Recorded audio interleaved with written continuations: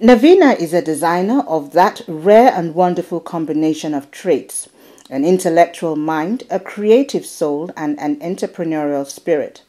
A pianist, a linguist, and a global traveler, Nevena grew up in an artistic and academic family in Sofia, Bulgaria, and learned to sew in childhood, helping her mother, a teacher, and a talented dressmaker. Nevena became a designer only after many years as a translator, working in German and Scandinavian languages. A perfectionist, a sensitive soul, and impulsive, energetic designer, Nevena joins me on the sofa on the Justice Show to take me into her world of designing.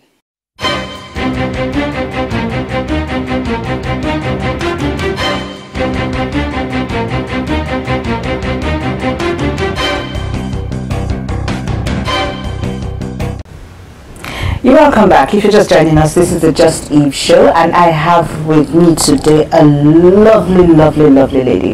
When I first met her, I was so intrigued by her personality and the things that she has done. We're talking today to Nevena. You're welcome to the show. Hello, thank you very much for inviting me. You look lovely, by the way. Thank you so much. You really do look lovely. Okay, now there's a ritual on the show that we do with my guests. I always go back to the very beginning, your childhood. What was that like? Yeah, my childhood anyway is the good foundation of what I'm doing today in all matters, and it's my mother I have to thank for that I'm doing what I'm doing. I was brought up in a very artistic environment, and she was making all my dresses, she was doing all beautiful stuff around me, although she was a teacher, so that was a hobby by her and it was a hobby by me. And then later on, very late in my years, actually, I made it to my profession, which I'm very happy about and grateful for. Some people would ask, from your accent, where are you from? I am from Bulgaria. From Bulgaria, okay. Now, what schools did you go to? Because I know we had a chat previously, and you did something totally different. Totally different. And it's funny because every guest I've had on the show started something totally different from what they're presently practicing. It's not a coincidence. I suppose we all get at some point, we all get at our final goal after we've done so many different things, because they only add to what you actually end up to do. So I've done completely different things. Yes, that's correct. I went to a German school, then I started studying later on in the years. I started studying Scandinavian languages, which I then continued working with for a couple of years more after I graduated in Oslo in Norway. So I was 27 when I decided to really turn all my life in another direction. So so what informed that? Was there any incident in particular that made you decide, okay, I've got to stop this, I want to do this? It was something which happened occasionally by an accident, but it was not that random actually. I was helping someone who already was doing that, and then as time went, we realized that I can do it in a better way. We didn't get along too well together, so I think that was just meant to be. Like I had the occasion to try this as a profession and then switch over to it. So that was how you now got into. You were also a pianist. Yeah, that's correct. Do you still? I was 5. 5. Yes. So actually, that's how it all started, with all the connection to arts and beautiful things and harmony. I would say harmony is very much the key word in my life. Okay, let's talk about your designs. What you started off in Bulgaria? Yeah. How did you get into doing that? As I said, it was someone I helped with that, so then I found out that I actually really enjoy that, and I've been missing it all the years. I've been studying and doing all other different things I was doing, so I then had to decide for my life, what do I do, where do I stay, where do I go. I had a massive number of opportunities based on what I've done in my life, based on all my capacities. So I had a vast choice of things to choose from, and then I decided to do that, which was the most difficult of all, as I didn't know too much of it as a business, not at all.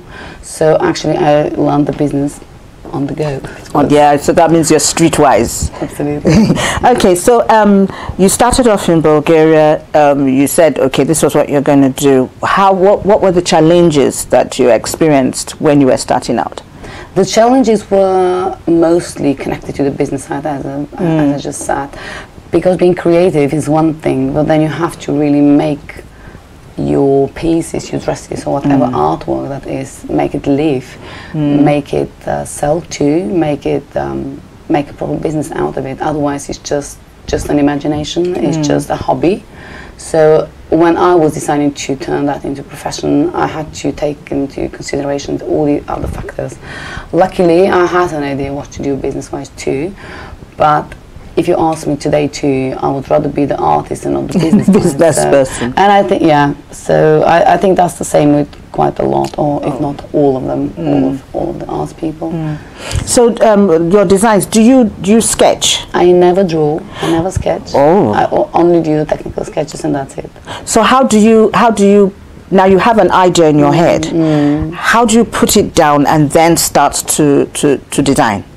There are two possible situations about it, and the one is if I design a dress for someone, if I create a dress for an individual, then I obviously talk to the person, see the person, see how she is, and I never talk the same way. It's not a pattern I have. I just take the conversation as it comes, and then I would find out at the end what I want to do for her, which very often, and I would like it to be like that, is a mutual process. It's a journey, it's a process, and there are two paths who belong to it. So that's a lot easier maybe. And when I do dresses for collection or for fashion shows, I go with the fabrics. I see a fabric and I just know what to do with it. I do acknowledge the beauty and the complexity of the beautiful fabrics I use too. So based on them, I can do all possible designs. Obviously, sometimes I have a very specific view on a dress, so I'm then sourcing the very right material for the dress. But I'm a very organic person, I would say, so whatever I do is very related to reality. I don't like having imaginations which is just here and nowhere else. So I'm a very practical designer, and I may just do these and these measurements on that and that of my fabrics. It's only me who chooses the fabrics. It's never ever someone else. So I'm a very controlling designer, very hands-on at all steps, all stages of the process.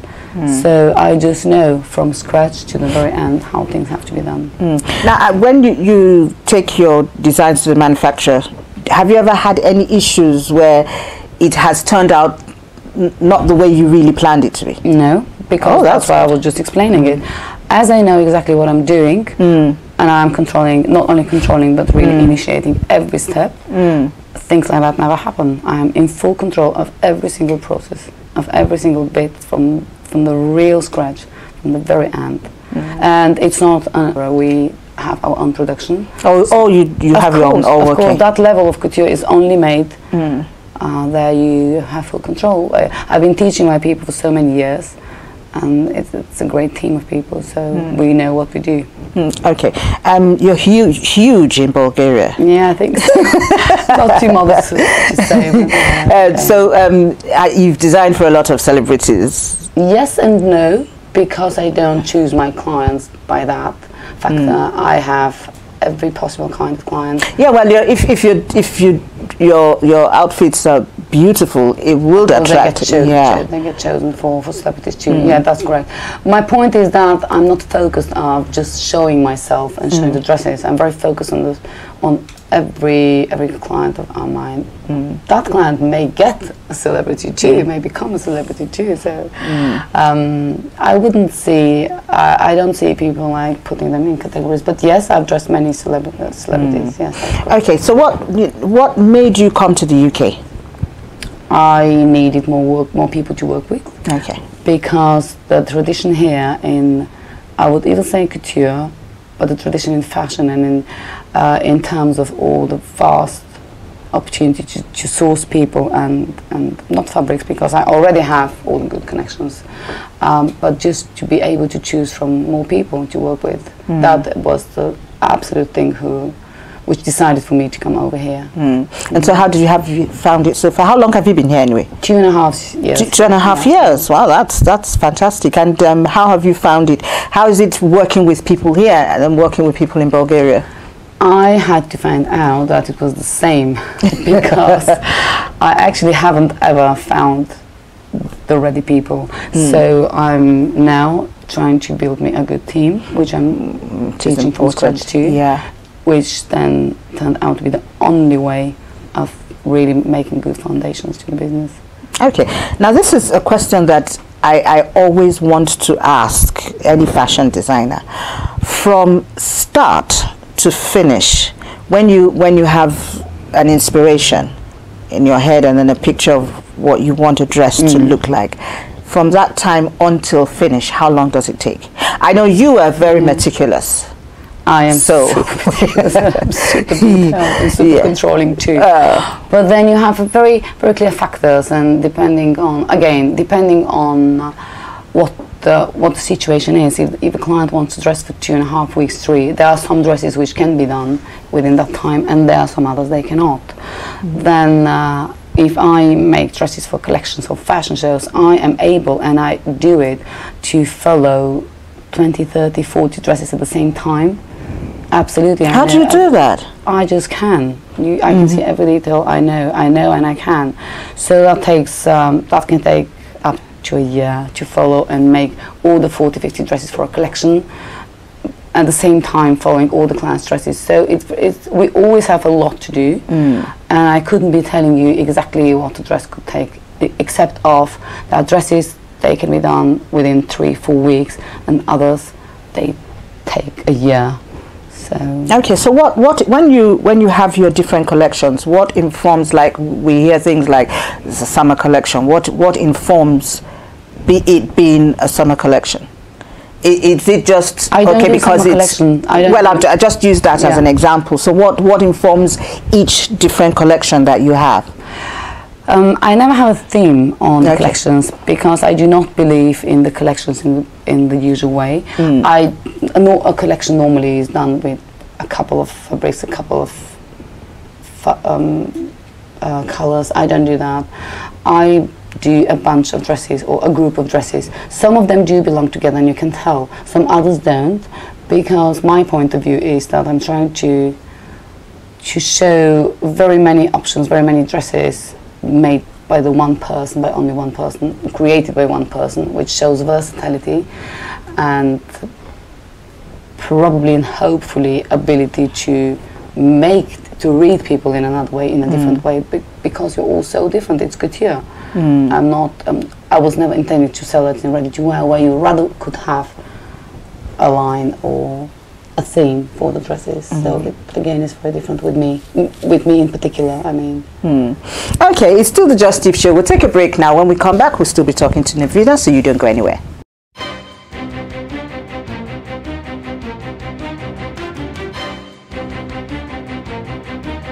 Their own way. So why is everybody a bitch?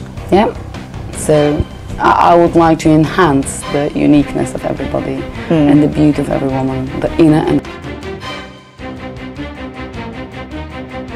with this very unhappy feeling. And it's not because I'm a control freak. Obviously I am, but it's not in that you know, you can live with some things, and I know that you have to let go at some point. You have to just let go.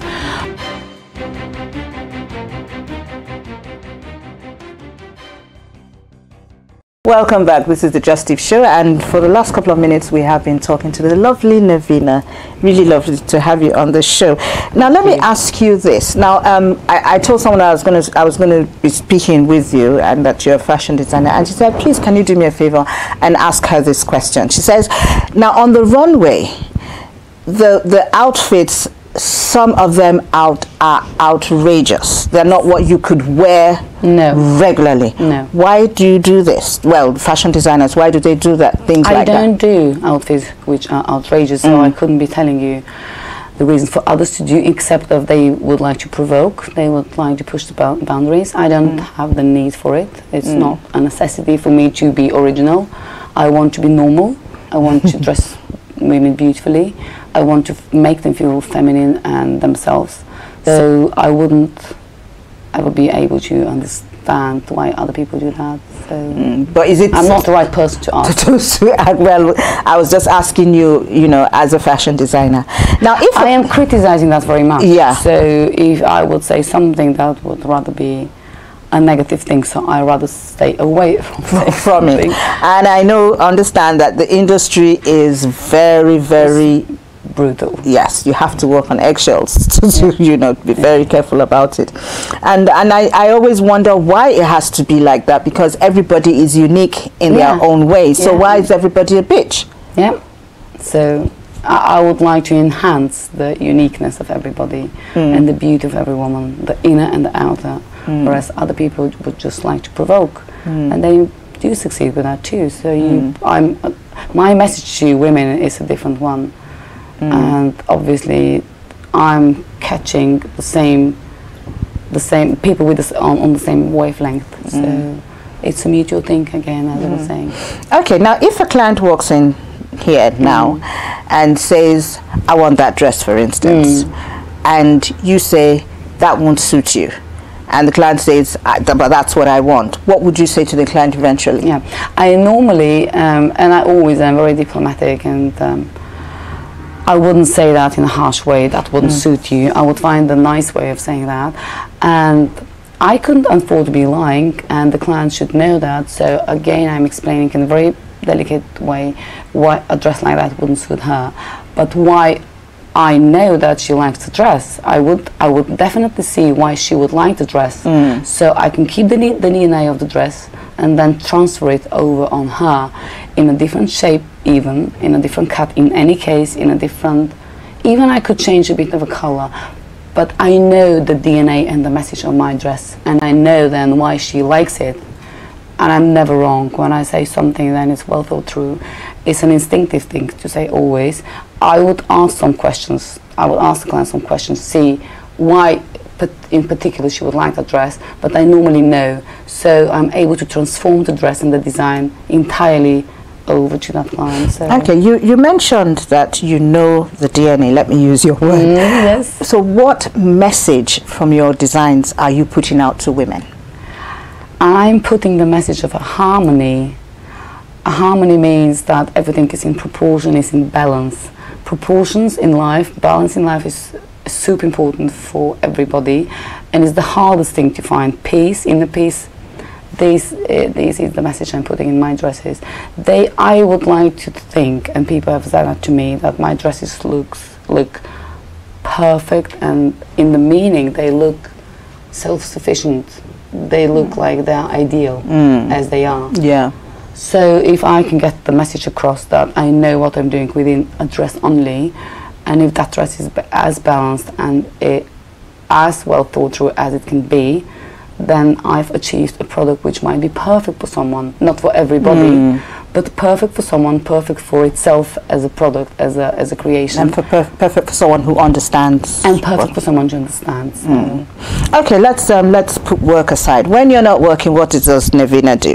Yes, that's a very good question. As work is my real life, and it started as a hobby, I so much enjoy working around my dresses that I very rarely have time for me. But then what I do would be yoga, and I go for a swim sometimes, and that's all it is. That's all? That's all it is. Oh dear. Yes, I think that's the right comment.